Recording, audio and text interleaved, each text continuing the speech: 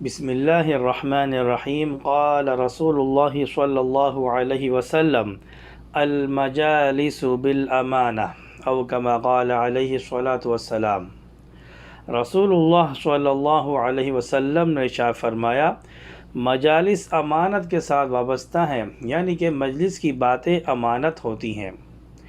اس حدیث میں مجلس کے آداب کے بارے میں بیان فرمایا گیا ہے کہ مجلس کی تمام باتیں مصلحت اور اصحاب مجلس کی اجازت کے بغیر دوسروں سے اس کا اظہار نہیں کرنا چاہیے۔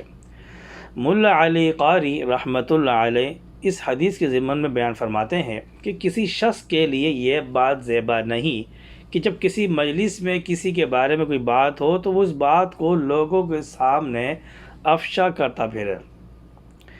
ہاں، 3 مجلسوں کی باتوں کو افشا کرنے کی اجازت ہے۔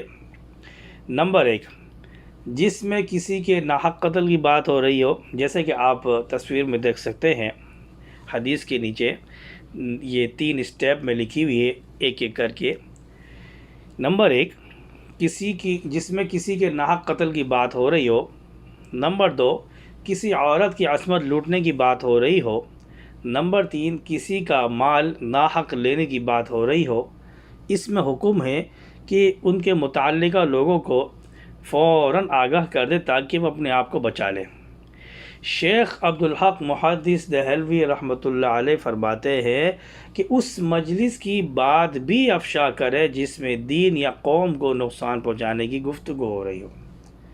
محترم سامعین، یہ تھی مجلس کے آداب جو ہر مسلمانوں کو اپنانی چاہیے۔